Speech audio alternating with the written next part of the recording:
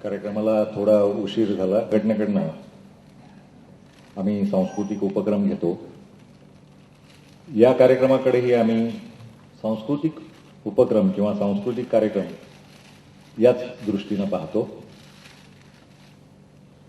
काल परवा मी इथं म्हणालेलो आहे, जे आता राजू परुळेकर आणि सुप्रियाताईंसाठी थोडं मुद्दाम विदित करतो. गेल्या 60 वर्षात देशातलं राजकारण आणि समाजकारण यांच्यात एक तुटकपणा आलेला आहे.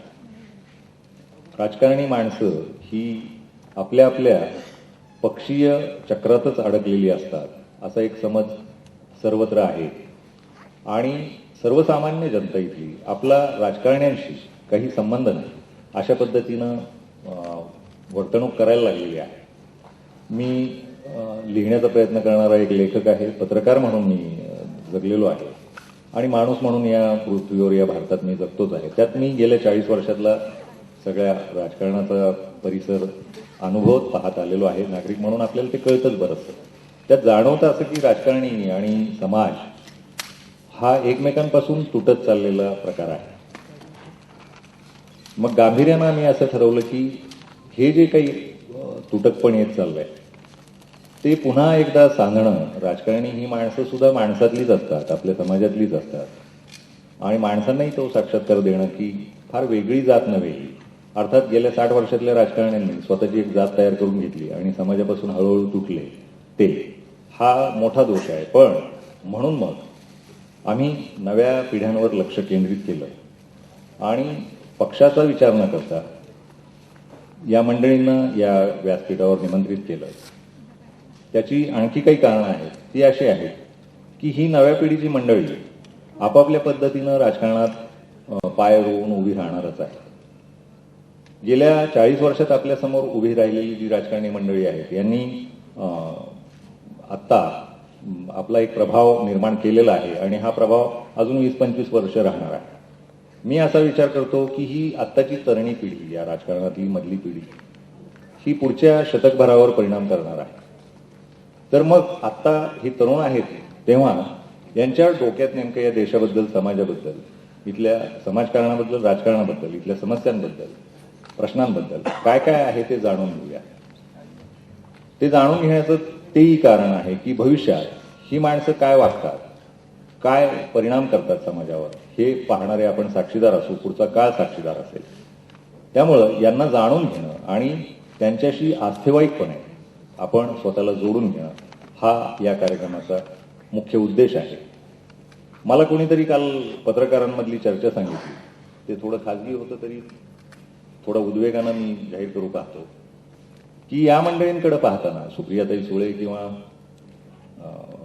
विश्वजित कदम येऊन गेले, त्या ही स्थिरस्थावर प्रस्थापित असलेल्या राजकारण्यांची मुलं आहेत असं मला सांगण्यात आलं. मग त्याचं मी विचार करत राहिलो.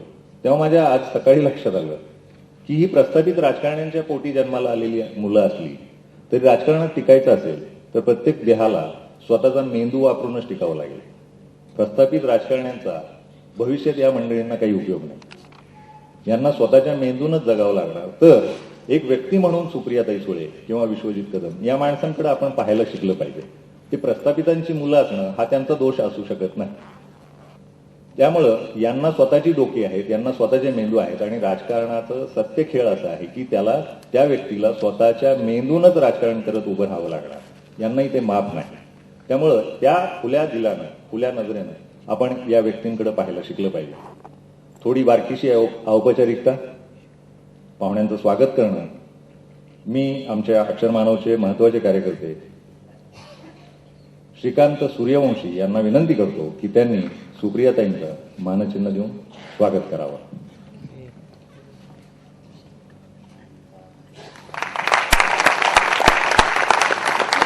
मी श्रीकांत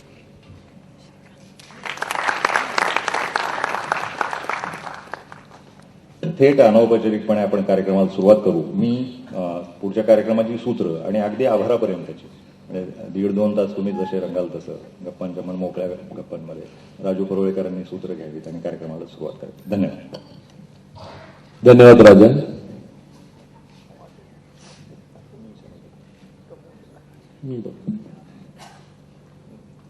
हो.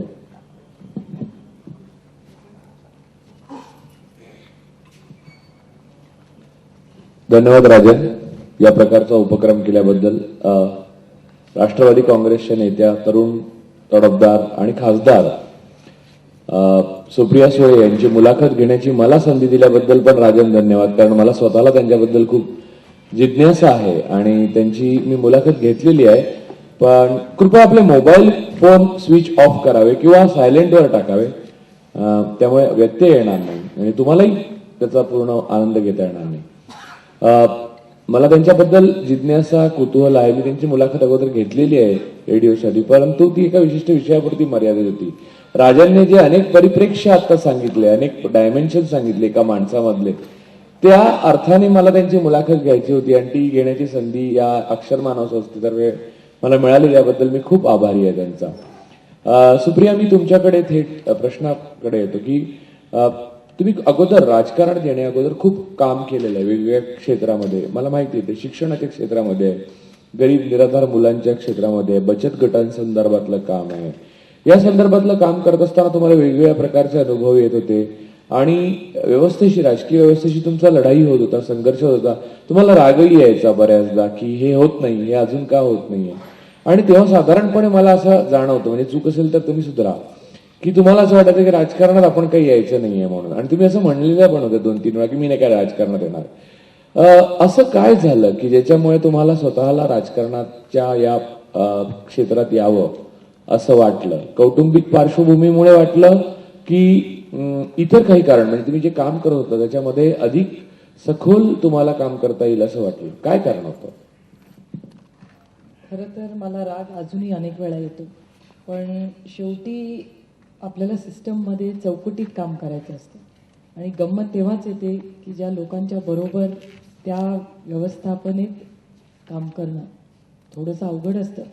पण त्या सगळ्या प्रश्नांवर शांतपणे सगळ्यांना विश्वासात घेऊन तो कार्यक्रम का महत्त्वाचा आहे, का गरज आहे त्याची, हे समजून ते करण्यात गंमत आहे. आणि खरं तर ह्याच कामासाठी योगायोग होता. मी अजूनही खासदार कशी झाले राज्यसभेत याचा विचार जेव्हा मी करते तेव्हा तो कुठला प्लॅन कौटुंबिक तर नक्कीच नाही, कारण आजपर्यंत माझे आई वडील, लग्न झाल्यानंतर नवरा, यांनी मी काय करावा याचा निर्णय त्यांनी कोणी कधीच घेतलेला नाही आहे इतके वर्ष. त्यामुळे डेस्टिनीशिवाय दुसरा कुठला शब्दच नाही आहे त्याच्यासाठी. आता इथे दुसरा एक प्रश्न आहे की अपर हाऊसमध्ये तुम्ही अगोदर गेलात, म्हणजे राज्यसभेमध्ये तुम्ही अगोदर गेलात आणि नंतर लोकसभेत निवडून आलात. लोकसभेची निवडणूक ही खरी कसोटी असते कोणत्याही तरुण उमेदवाराकरता. त्या मानाने सुरक्षित, पण तरी सुद्धा निवडणूक ही निवडणूक असते, त्याच्यात काही होऊ शकतं. कारण रायबरेलीमधनं पण गांधी फॅमिली पराभूत होऊ शकते. तर ती निवडणूक लढताना तुम्हाला अनुभव जो आला, पहिल्यांदाचा अनुभव, तुम्हाला आता अनेकदा आयुष्यात निवडणूक लढवावी लागेल, वेगवेगळ्या प्रकारचे अनुभव येतील, पण तो पहिला अनुभव तो कसा होता? काय तुम्ही पाहिलं, म्हणजे या समाजाचं जे सरमिसळ चित्र आहे ते काय पाहिलं?